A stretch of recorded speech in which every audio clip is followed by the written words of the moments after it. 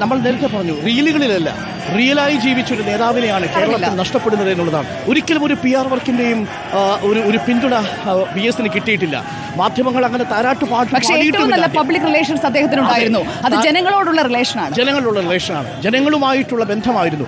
അത് നമ്മൾ എപ്പോഴും പറയാറുണ്ട്. ജനങ്ങളുമായി, ആൾക്കൂട്ടവുമായി ഒരു പുക്കിൾക്കൊടി ബന്ധം സ്ഥാപിച്ച നേതാവാണ് VS എന്ന് പറയുന്നത്. നോക്കൂ, VS ആലപ്പുഴയ്ക്ക് പുറത്തേക്ക് വളരുന്നത് 2000-ന് ശേഷമാണ്. അതെ, മാരാരിക്കുളത്തെ തോൽവി 1996 മാരാരിക്കുളത്ത് VS അച്യുതാനന്ദൻ പരാജയപ്പെടുമ്പോൾ മാധ്യമങ്ങൾ VS അച്യുതാനന്ദന് മുന്നിൽ, അന്ന് വളരെ കുറച്ച് ടെലിവിഷൻ മാധ്യമങ്ങളേ ഉള്ളൂ, എനിക്കൊന്ന് ഏഷ്യാനെറ്റ് മറ്റുമാണ് പിയാസിന്, മാധ്യമപ്രവർത്തകരെല്ലാവരും ബൈറ്റ് എടുക്കാനായി പോകുന്നു.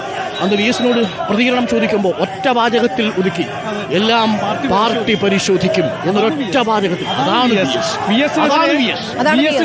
VS-നെതിരെ പോളിറ്റ് ബ്യൂറോ നടപടിയെടുത്ത സമയമുണ്ടായിരുന്നു 2009. ആ നടപടിയെടുത്ത ശേഷം ഇതേപോലെ മാധ്യമപ്രവർത്തകർ VS-നോട് പ്രതികരണം തേടിയപ്പോൾ VS പറഞ്ഞത് പാർട്ടി രക്ഷിതാവിനെ പോലെയാണ്, ചില കറക്ഷൻ മെത്തേഡുകൾ, കറക്ഷൻ തീരുമാനങ്ങൾ പാർട്ടി എടുക്കും, അതിനനുസരിച്ചുള്ള പ്രശ്നങ്ങൾ പരിഹരിച്ച് മുന്നോട്ട് പോകുമെന്നാണ് VS പറഞ്ഞത്. അല്ലാതെ പാർട്ടിക്കെതിരെ നീങ്ങാനോ പാർട്ടിയെ പ്രതിസന്ധിയിലാക്കാനോ പാർട്ടിയിൽ പുതിയ പാർട്ടി ഉണ്ടാക്കി വേറെ പാർട്ടികളിലേക്ക് ചേക്കാറാനോ VS പോയില്ല. മറ്റു പല നേതാക്കളും അങ്ങനെ പോയിട്ടുണ്ട്. അതെ, അവിടെയാണ് VS എന്ന രാഷ്ട്രീയ നേതാവ് വ്യത്യസ്തനാവുന്നതും. ഒരു ഘട്ടത്തിലും വ്യക്തി താല്പര്യങ്ങളെ പാർട്ടി താല്പര്യങ്ങൾക്കുമേൽ പ്രതിഷ്ഠിക്കാത്ത നേതാവ് കൂടിയായിരുന്നു VS എന്നുള്ളതാണ് ചരിത്രം. VS എപ്പോഴും പറയുന്നത് എല്ലാ വ്യക്തി താല്പര്യങ്ങൾക്കും മുകളിലാണ് രാഷ്ട്രീയ താല്പര്യമെന്നും പാർട്ടിയുടെ താല്പര്യമെന്നും കരുതിയ VS ആണ്. അതുകൊണ്ട് തന്നെ പാർട്ടി ലൈൻ എന്താണ് എന്നത് VS-ന് അറിയാമായിരുന്നു. ഒരു മത്സ്യം എങ്ങനെയാണോ വെള്ളത്തിൽ ശ്വസിക്കുന്നത്, അതുപോലെയാണ് ഒരു പാർട്ടിയിൽ പാർട്ടി പ്രവർത്തകൻ ശ്വസിക്കേണ്ടത്. അന്റോണിയോ ഗ്രാംഷിയുടെ വാക്കുകൾ കടമെടുത്തു പറഞ്ഞാൽ, ഒരു സോഷ്യലിസ്റ്റ് വ്യവസ്ഥിതിയിൽ അച്ചടക്കം എന്ന് പറയുന്നത് ഒരു പ്രജയിൽ നിന്ന് പൗരനെ സൃഷ്ടിക്കലാണെന്ന് തിരിച്ചറിഞ്ഞ നേതാവാണ് VS. പോരാട്ടങ്ങൾ VS പാർട്ടിക്കുള്ളിലും നടത്തിയിട്ടുണ്ട്.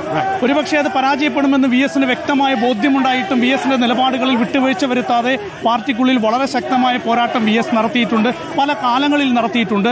ഏറ്റവും ഒടുവിൽ VS-ന് നടപടിയുണ്ടായ കാലത്തും അതിനുശേഷം ദേശീയ തലത്തിൽ രാഷ്ട്രീയ സാഹചര്യങ്ങൾ തീരുമാനിക്കുന്ന കാര്യത്തിലുമൊക്കെ തന്നെ VS-ന്റേതായ നിലപാടുകൾ വളരെ ശക്തമായി പറഞ്ഞ് ആ പോരാട്ടം പാർട്ടിക്കുള്ളിൽ തുറന്നിട്ടുണ്ട്. അതാണ് VS-നെ വ്യത്യസ്തനാക്കി മാറ്റുന്നതും. ഈ ജനതതി VS-ന് വേണ്ടി മുദ്രാവാക്യം വിളിച്ച് മുദ്രാവാക്യങ്ങൾ കവിതകളാക്കി മാറ്റി ഈ തെരുവുകൾ നിറയ്ക്കുന്നതിൻ്റെ കാരണവും അതുതന്നെയാണ്. പാർട്ടിക്കപ്പുറം വ്യക്തിപരമായ ഒന്നും VS ആഗ്രഹിച്ചിരുന്നില്ല എന്നതാണ് യാഥാർത്ഥ്യം. പല തെറ്റിദ്ധാരണാജനകമായ പ്രചരണങ്ങളും ഉണ്ടായി. VS ഇന്ന സ്ഥാനം ആഗ്രഹിച്ചു, ഇന്ന സ്ഥാനം മോഹിച്ചതും ആഗ്രഹിച്ചതും കേരളത്തിലെ ജനങ്ങളായിരുന്നു.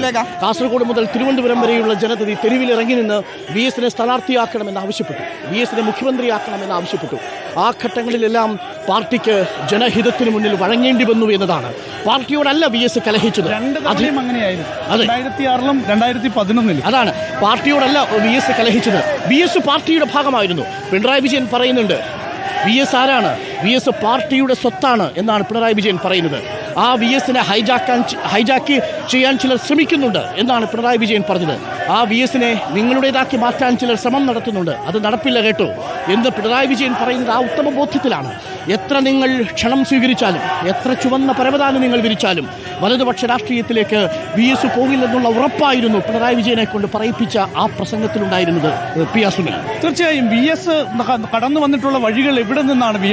VS സ്വാതന്ത്ര്യത്തിന് മുൻപുള്ള കാലം, അതിനുശേഷം ജന്മിത്വത്തിനെതിരെ നടന്ന പോരാട്ടങ്ങൾ, അതിനുശേഷം അടിയന്തരാവസ്ഥ കാലം, ആധുനിക കാലം, പുതിയ ടെക്നോളജിയുടെ കാലം, ഈ കാലത്തൊക്കെ തന്നെ പാർട്ടിയിൽ നിലയുറപ്പിച്ചുകൊണ്ട് പാർട്ടിക്ക് വേണ്ടി, തൊഴിലാളികൾക്ക് വേണ്ടി ഒക്കെ വലിയ പോരാട്ടം നടത്തിയ നേതാവാണ് VS-ന്റെ ആ ഒരു ചരിത്രം.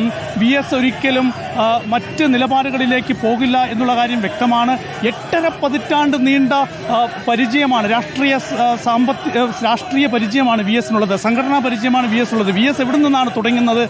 കുട്ടനാട്ടിലെ കർഷക തൊഴിലാളികളെ സംഘടിപ്പിച്ചുകൊണ്ട്, കയർ തൊഴിലാളികളെ സംഘടിപ്പിച്ചുകൊണ്ട്, മത്സ്യത്തൊഴിലാളികളെ സംഘടിപ്പിച്ചുകൊണ്ട്, കൊപ്ര തൊഴിലാളികളെ സംഘടിപ്പിച്ചുകൊണ്ട് VS താഴെത്തട്ടിൽ നിന്ന് തുടങ്ങുകയാണ്. അല്ലാതെ മറ്റ് രീതികളിൽ സംഘടനയിലൂടെ രാഷ്ട്രീയത്തിലേക്ക് വന്ന വ്യക്തിയല്ല VS.